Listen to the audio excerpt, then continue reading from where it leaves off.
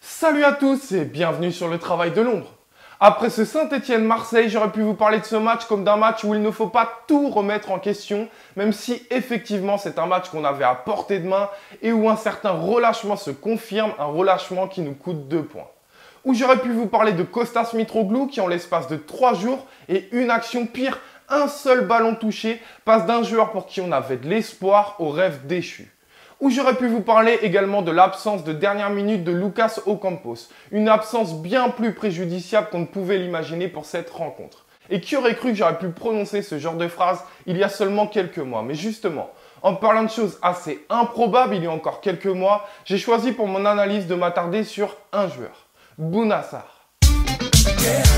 Et oui, le repositionnement de Bouna Sarr depuis le début de la saison au poste de latéral par Rudy Garcia est une vraie réussite, un vrai pari gagnant. Et il est devenu d'autant plus précieux en l'absence de Jordan Amavi. Mais pas que, puisque d'ici la fin de saison, il va véritablement instaurer une concurrence à ce poste. Une éclosion assez folle au point que cette semaine, on a entendu dire que Didier Deschamps avait un œil attentif sur ses prestations en vue de la Coupe du Monde. Oui, je vous jure, ce n'est pas une blague. Alors certes, on a un Bouna Sarr qui progresse de match en match, qui a un apport offensif très intéressant. Mais à mes yeux, je le trouve encore très fragile sur le plan défensif.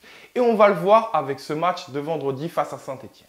Parmi ses atouts premiers, on a évidemment l'apport offensif. Un ailier reculé d'un cran va forcément être plus efficace offensivement. Et quoi de plus symbolique que sa chevauchée et son centre à la 20e minute pour le prouver. Une action où il sert parfaitement Sanson pour le 2-1. Bravo!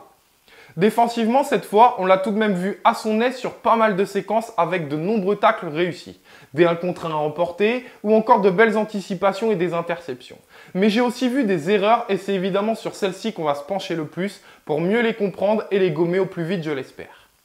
En premier lieu, on va revenir sur le premier but encaissé où vous allez me trouver dur car c'est vraiment une succession d'erreurs accumulées de l'équipe entière. Comme avec cette interception ratée de Zambo Anguissa, ce duel perdu de Rami, un Rolando qui met un peu trop de temps à mon goût pour venir sur Amouma et qui aurait donc pu compliquer davantage son centre, un Sakai qui doit se montrer beaucoup plus fort dans son duel et intervenir, ou encore un Monet Paquet étrangement seul à l'opposé qui aurait dû être embêté là aussi par une aide défensive de Payet aux abonnés absents sur cette séquence.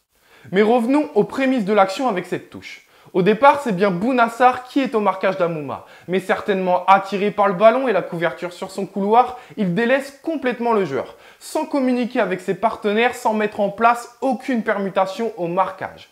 Une erreur qui coûte cher puisqu'elle engendre entre autres le retard de Rami sur Amouma dans son duel, ce qui décale Rolando qui doit couvrir Rami, ce qui décale le marquage de Sakai et ainsi de suite et vous savez comment ça se finit. Alors oui, j'imagine que vous me trouvez dur, mais ce genre de détail coûte cher et vous allez le voir, on va monter crescendo. Ici, regardez à l'opposé, Bouna Sarr est un peu en retard au début sur son vis-à-vis. Grâce à sa vitesse, il va combler cette erreur, mais au moment du duel Sakai-Amouma, il va complètement lâcher son marquage sans raison aucune.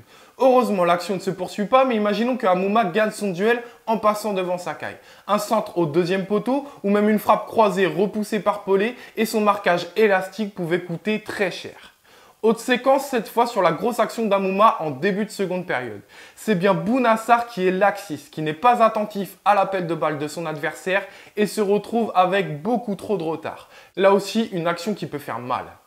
Mais forcément, à force d'accumuler les petites erreurs sans trop de conséquences, on finit par plier à un quart d'heure de la fin avec là encore certes une action où il n'est pas le seul fautif puisque Pelé doit intervenir, mais Bouna Sarr ne doit absolument pas se faire devancer en protégeant son gardien avec son corps, en empêchant son adversaire de passer devant même avec ses bras s'il faut ou alors en gagnant son duel avec un dégagement de la tête en corner.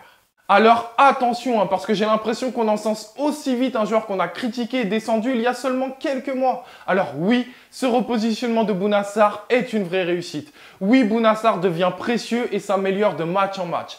Oui, il joue et jouera un rôle important cette saison avec l'OM, mais au point d'en perdre toute objectivité, au point de ne plus voir ses erreurs qui nous coûtent cher, au point de l'envoyer cette année en équipe de France et à la Coupe du Monde. J'essaie simplement d'avoir du recul, je suis avant tout supporter de l'OM et évidemment je lui souhaite le meilleur. D'abord avec l'OM et qui sait peut-être avec l'équipe de France. Voilà, je vous dis à très vite pour une prochaine analyse sur le Phocéen et allez l'OM.